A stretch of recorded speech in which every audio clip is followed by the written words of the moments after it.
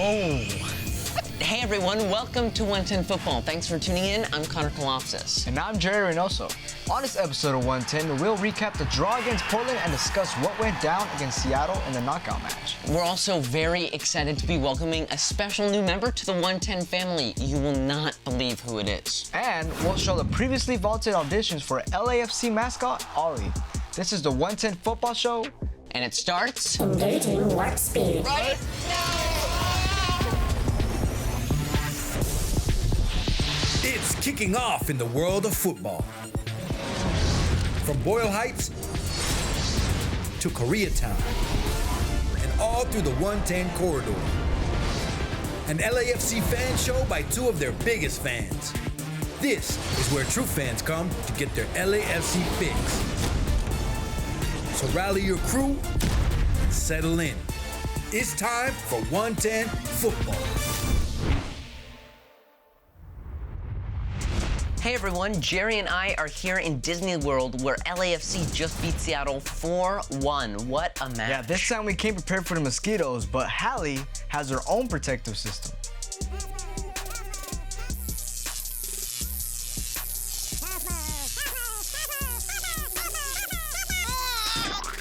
So what are your thoughts on this match? Well, our defense stepped up huge in this match, especially with our attack cooperating with the defense. We have Bob Bradley putting the attack, pressing up on the goal, and you could tell on the goal kicks that they did very well in the attack, adding the pressure and the tempo was theirs. Yes, of course. I mean, Diego Rossi got 2 goals, Raito scored, and Latif got on the score sheet.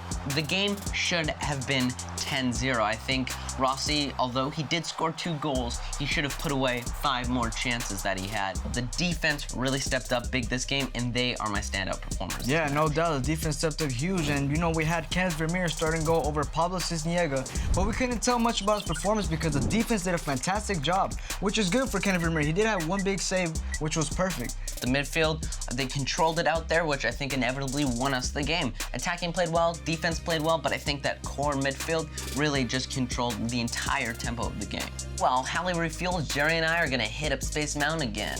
Fun fact, did you know Space Mountain in California's Disneyland is much smaller than the one here in Orlando? Huh, you know, I did notice that, but I think I also noticed that this is the first roller coaster to be controlled by a computer. And just 40 years later, we're traveling through space on a desk ship. We really are living in the world of tomorrow, today. You know, when you put it that way, we're filming today's episode about a game that happened yesterday that's airing Thursday. It's crazy, we're like living in today, tomorrow. All right, before our heads explode, let's go write this thing before the lines get long. See you guys in the studio. Ugh. Oh my God, my stomach. Sorry, bro, but it was a blast hitting warp speed on Space Mountain, man. Sorry, Connor and Jerry. I got carried away. Well, it's okay, Hallie. You know, I'll live. It was worth every chunk. Bro, you're so nasty, dude. Oh no. Before Connor hurls the game, let's look at the best moments from last week's match against Portland. Oh my God! Oh my God. This is right. Phillips was a tracer of a shot. And the only thing Steve Clark can do is bend over and pick the ball out of the back of the net. Rodriguez. And there's Kay. Far too easy. Wide open header on the back post over the head of Steve Clark. With that draw, LAFC, of course, have entered the knockout stages of the tournament against last year's Cup winners, Seattle Sounders. And we know how that ended. Yes, sir. Bingo. What's... Ah, you feel that? I'm not gonna mess with that. With their victory on Monday against the Sounders, LAFC are 3 wins away from claiming the MLS SPAC Tournament Championship. They face Orlando City tomorrow. Unlike the group stage, the knockouts do not count toward the 2020 MLS regular season standings. However, claiming the title in the tournament would not only be a high point this season, but it would also award the winning team $1 million in prize money and a spot in next year's CONCACAF Champions League. Agreed. Join us next week when we break down tomorrow's match against Orlando City. Kickoff is at 4:30 Pacific, live from Orlando. And now, here's Eli with the top MLS stories.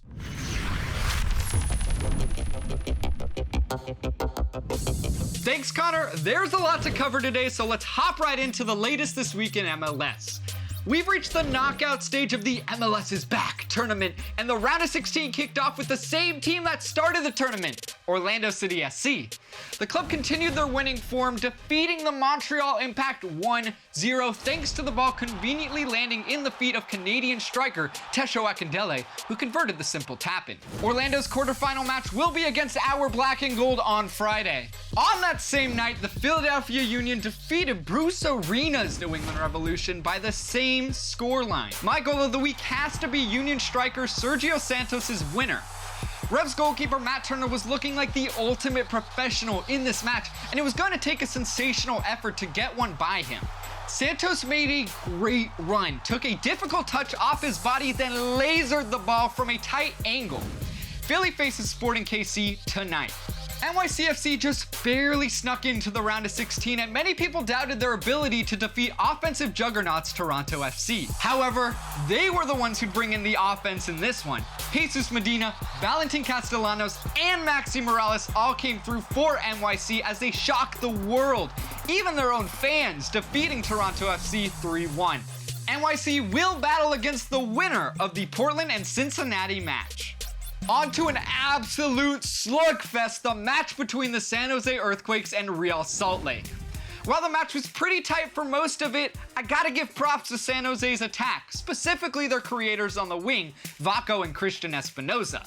The duo was incredibly impressive in this match as Vaco set up Espinoza's goal in the 21st minute. Then, Vaco got a goal for himself in the 61st minute. As the players' legs got a bit tired near the end of the match, the game opened up. This allowed the Earthquakes to defeat RSL 5-2. They move on to face the winner of Columbus versus Minnesota. Believe it or not, my match of the week featured 0 goals scored. Sporting Kansas City versus the Vancouver Whitecaps. This match features some of the best goalkeeping I have ever seen in MLS. First, you obviously have Kansas City's Tim Melia, who has been a brick wall for the club since 2015. Melia made 5 tremendous saves, but more importantly, when the game went to penalties, Melia reminded the world that at 34 years of age, he's still one of MLS's best. Melia saved 3 of Vancouver's penalty shots. However, I'm going to do something a little unorthodox here. I'm going to make my player of the week the losing goalkeeper in this match. Thomas Hasal. The 21-year-old Whitecaps homegrown was the club's 3rd option at the position heading into the tournament. He was given the opportunity to start in this match, and wow, did he look like Neuer out there. While Vancouver did lose the match in penalties, Hasal is the reason the club made it to that point in the first place, making 8 huge saves. Final score of the penalty shootout, 3-1 Sporting Kansas City. That's it for my MLS Weekly Report. Back to you guys. Thanks, Eli. We're really gonna miss you in the studio once you go back to school next month. Next week will be my last in-studio episode, but I will still be sending in my weekly report. I'm just gonna miss being here. It's honestly the weirdest job I've ever had. And sometimes disturbing. Hey, yo, Eli, speaking of disturbing, since Connor and Campbell cheated in the shootout last week with my family's help, I'm calling for a rematch. What? Oh, definitely. When I'm back for Thanksgiving break, it's on. That was totally unfair. Okay, fair? Fair? Unfair? Okay, 2 words, super and glue. No way. Your hands were free when we played. I'm just glad somebody caught it on camera, so we had proof. Yeah, I've been trying to figure that out. All our guys were filming at that time. No one could have caught me. You were caught red-handed. Yeah, but you know, I say we call it even because both of us cheated. I still can't believe my brother and Uncle Jay sold us out, man. What's happening? Oh, hey, deal. Bro, we caught you, D. Where's the money, man? I know you cheated. Where that, dude? I need it right now. I'm sorry, Sobrino. I used it to buy this stuff. Look, man, what can I do to make it up to you, bro? Well, I guess. I mean, whatever you get in that ticket, if you win, I'll take half. Hey, Fair's fair. Let's go. Please. Like you're gonna win, though, bro. Yo, hold this. I'll hold it. Cherry, please. Dude, I won 10 G's. Shh. We won 10 G's. Okay, shh. They're gonna hear us. Remember, I never win. I get half. Remember that. Dude, I got you, bro. Half? You want half? I get half. All right. Remember Here we go. That's half for you. One half for you, one half for me. Familia always first, bro. Familia first, bro, always. Did you just... Oh my gosh. Yo, is that cherry? What? You're just, Yeah, I guess. just gonna stand there, or can I have it? Here, man. See ya. It's $5,000, man. What'd you say? Oh, nothing. Okay, so while we can't agree on our own rematch, here is the moment of the game, Seattle edition, that we can agree on. Sofsky making a run. Combination there for Rossi. Arriaga misplayed it. Diego Rossi, a chance to seal it. He has! Rossi's missed a couple opportunities in this second half. He makes no mistake about this one. Rossi putting the contest away with a beautiful right-footed shot in the 82nd minute was fitting given his overall dominance this tournament. And sending them into a quarterfinal showdown with Orlando City tomorrow. Here's something we put together to get excited about tomorrow's match and honor the man that helped us get there.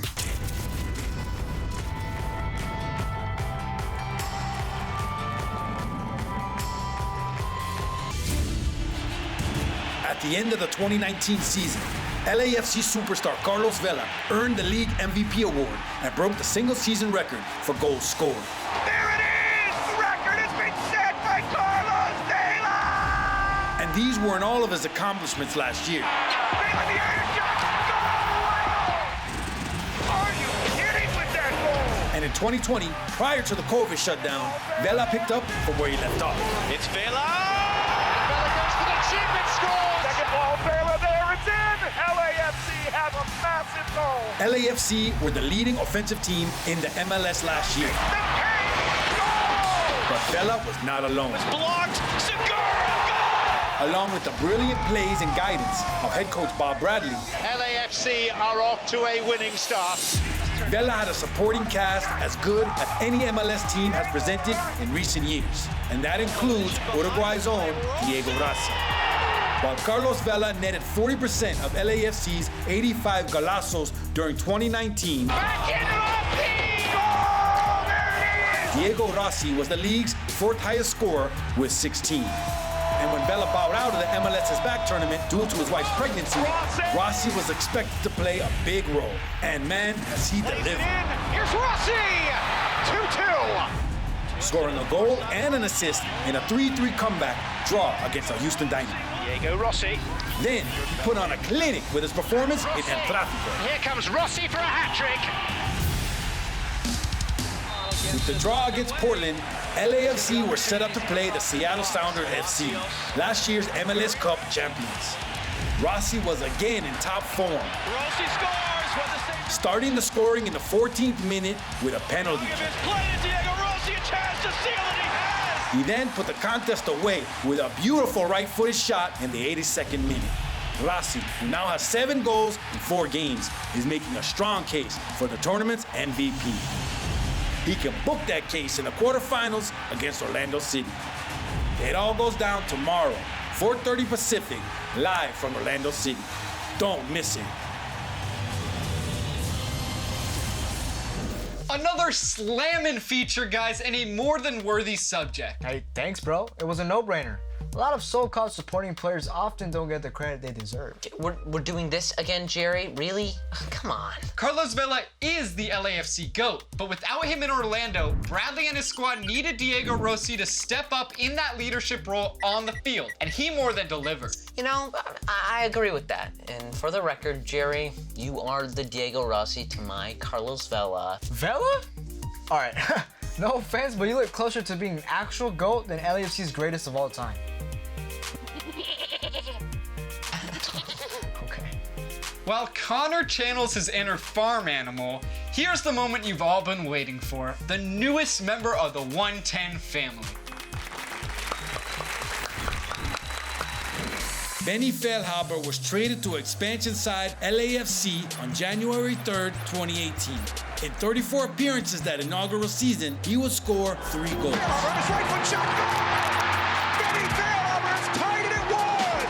His international career began earlier in 2007 where he made his first career start for the U.S. team and their coach, Bob Bradley, in an international game against Ecuador, following a transfer to MLS and a stint with the New England Revolution. Feilhaber was traded to Sporting Kansas City, where he quickly found success for the side that captured the 2013 MLS Cup. In November 2015, he was named one of the 3 finalists for the MLS Landon Donovan MVP Award.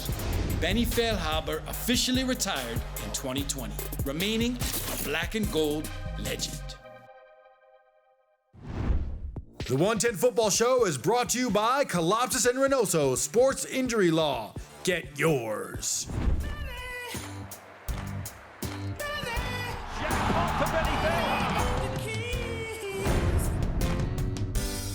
Thanks so much, guys. I appreciate the introduction. I'm excited to be part of the team. And now for the keys to the match against Orlando City.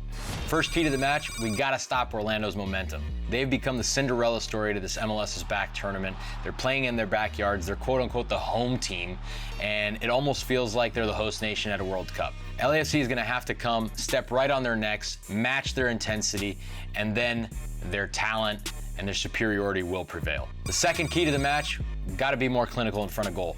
I mean, Diego could have had 4 goals alone in this last game against Seattle Sounders, and as much as they scored 4 goals, they should have had 10. Orlando City has got a much revamped back line. Oscar Pereira has got these guys playing as a defensive unit. It'll be tough to create opportunities, and we have to make sure we put them in the back of the net when we do create them. The final and third key to the match is finish their defensive duties. And Orlando has scored multiple goals in this tournament so far because of mistakes and because of lack of concentration from their opposing team. LAFC don't want to fall victim to this, and Tesho Akindele scored a goal like this in the last game, and Nani scored one in the first game of the tournament, where it's exactly what they're looking for. They're relentless. They won't stop until the ball is fully cleared, and LAFC have to make sure that they're able to do that to keep a clean sheet. Now my players to watch. First for LAFC, Tristan Blackman. I think this guy's going to have a huge game. He's going to be matched up against Nani, who's their most creative, most influential player in the attacking half. And I think he's going to have to take care of business, not allow him to do too much. And also, Tristan's going to be going forward because Nani won't defend too much and there'll be space to go forward. Hopefully he overlaps, creates some opportunities for the attacking part of the game as well. My player for Orlando City, and that's Chris Mueller, not Nani, as some might have expected. Chris Mueller's a young guy. He's playing on the right side. He's scored some goals. He's got a bright future, I think maybe even on the national team someday. And it'll be very, very important for LAFC to not forget about him on the back post. He scores goals. He gets in on the end of things, and he's a young kid that's trying to impress. So make sure that he is not impressing against LAFC.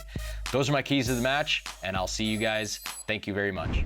Thanks, Benny. You really bring a level of insight and credibility to our show that you just can't have without experience. We're so unbelievably excited to have you as part of our family. As dysfunctional as we might be. Yeah, but joking aside, it's an honor to work with you, even though you're not here in the studio with us. Which, if you take it from me, is probably for the best. I witnessed a desk shift launch in my first episode, and I can't seem to shake that doll they got me in Orlando. Hold still. Hold still. Eli. That happened for real? No, Campbell said he fell asleep in the makeup chair. So it was just a dream?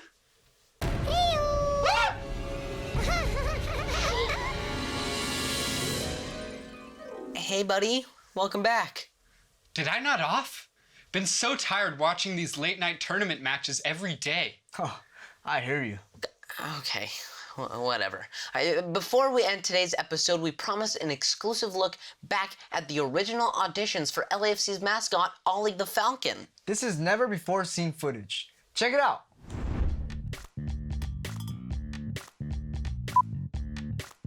LAFC Ollie audition, Uncle Jake, take one. Okay, whenever you're ready. Hey guys, do I look cool or what, huh? You ready? All right, here we go.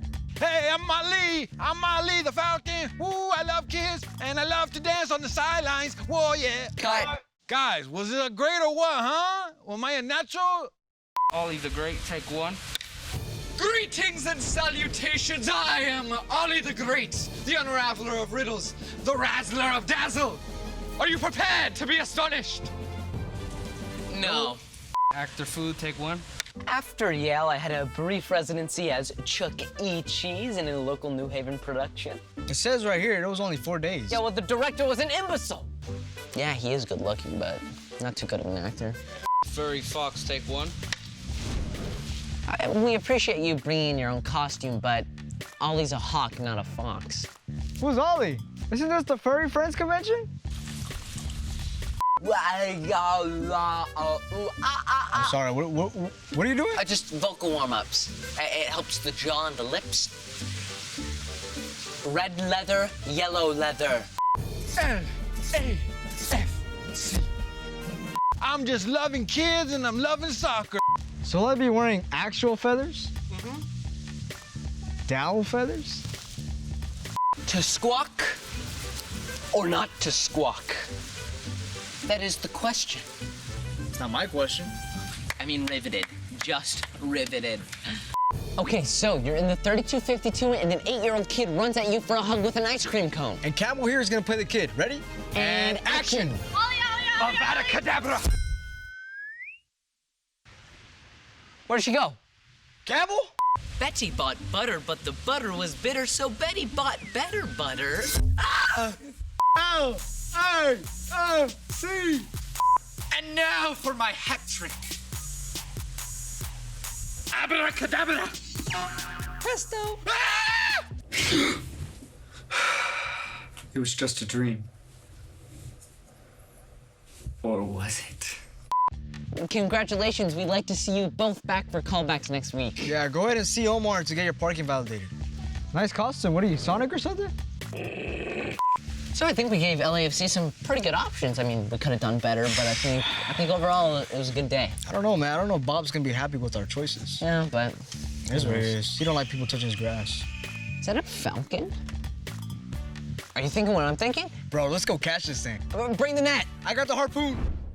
The 110 Football Show is brought to you by Colopsis and Reynoso Sports Injury Law. Get yours. Well, we hope you enjoyed that never-before-seen footage. In the end, they did go with the real Falcon. Yeah, I mean, who could blame him? And that's it for today's episode. Thank you so much for tuning in, and don't forget to join us next week when we recap tomorrow's quarterfinal showdown against Orlando City. Yes, sir. Make sure to check us out on Instagram and Twitter at 110footballtv. And don't forget to like, share, subscribe, and hire Vince. For 110 Football, I'm Connor Colopsis. I'm Jerry Reynoso. I'm Eli Lesser. I'm Omar Reynoso. I'm Campbell Colopsis. And I'm Holly 3000. Thanks for watching, and See you next time on the 110. Roof open. What's that?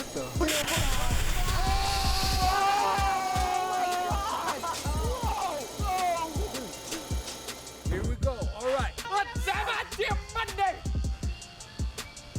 Isn't this the Furry Friends convention? LAFC. How now, brown cow? How now, brown cow? They get tongue twisters. I am Ollie the Great, the Unraveled. Wait, one more time. Woo, woo.